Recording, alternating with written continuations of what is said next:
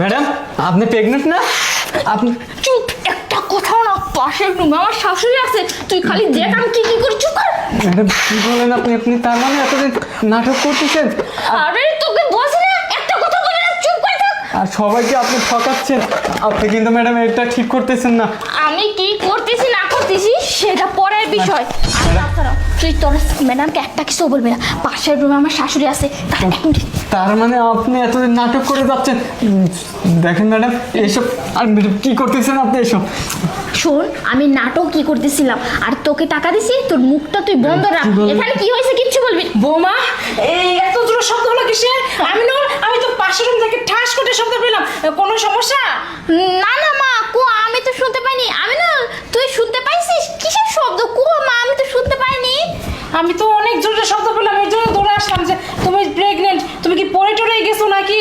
এই জন্য তো আমি খুব মানে ভয় পাচ্ছি। না না মা, আমি পড়ে যাবো কেন? আর তাছাড়া আমি তো সাবধানে চলাফেরা করি। ও মা, মনে পড়ছে, বাইরে যে পিচ্ছি পিচ্ছি কতটা বাচ্চা আছে না, মনে হচ্ছে বোয়া ফোটাচ্ছে, ওই শব্দই পাইছেন। তো কি রান্না হলো? তুই শুনছিস কোন শব্দ? আমি তো শুনতে পাইনি। না না ম্যাডাম আমি কিছু শুনি নাই। আমিনুল, বল তো কিসের শব্দ হলো? কেন আমি একদম এই রুম থেকে শব্দটা হয়েছে। বাইরে তো ওরা খেলতেছে, ওই আর শব্দ আলাদা, কিন্তু আমি এই রুম থেকে শব্দ পাইছি। মা শুনুন, আচ্ছা বৌমা, তুমি কি পড়ে টরে গেছিলে নাকি? আরে না মা, আজকে এত পরিমাণ গরম পড়ছে, আমার গরমে না শরীরটা অস্থির লাগতেছে, খারাপ লাগতেছে, পেটটা ব্যথা করতেছে, শরীরটা গা গোলাচ্ছে। মা আপনি এক কাজ করুন, এখানে না দাঁড়িয়ে থেকে বাইরে যান না, আমি একটু রেস্ট নিব। তোমার শরীর খারাপ লাগতেছে আবার বলতেছো পেট ব্যথা? তাছাড়া দেরি করা যাবে না বৌমা। তোমার তো ডাক্তার দেখানোর ডেট কালকে। আজকেই তুমি চলো, কারণ এত বছর পর, এত সাধনার পর তুমি গর্ভবতী হয়েছো। এটা কোনোভাবেই অবহেলা করা যাবে না। তুমি যেহেতু বলতেছো তোমার পেট একটু একটু ব্যথা করতেছে, আর একটু দেরি করা যাবে না। তুমি আজকেই চলো।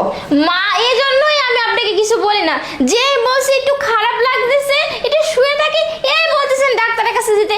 আচ্ছা মা শুনুন, আমার মাথা প্লিজ আপনার গরম করবেন না, তাছাড়া আমার অনেক খারাপ লাগতেছে, পেটটাও ব্যথা করে দিচ্ছে, অস্থির অস্থির লাগতেছে। মা আপনি কাজ করুন, আপনি পাশের রুমে যান, আমি একটু রেস্ট নিলে ঠিক হয়ে যাবো।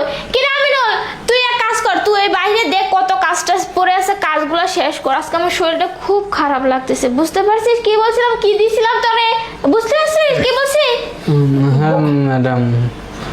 বৌমা, দেরি করা যাবে না, কারণ আমার ছেলে আমাকে আসতে রাখবে না। তুমি বলতেছো তোমার শরীর খারাপ লাগতেছে, আমি তো ডাক্তারের সাথে আলাপ করে আগামীকাল যাওয়ার কথা। যেভাবেই হোক, যেহেতু তোমার সমস্যা লাগতেছে, খারাপ লাগতেছে, আমি এক ফুটাও দেরি করবো না।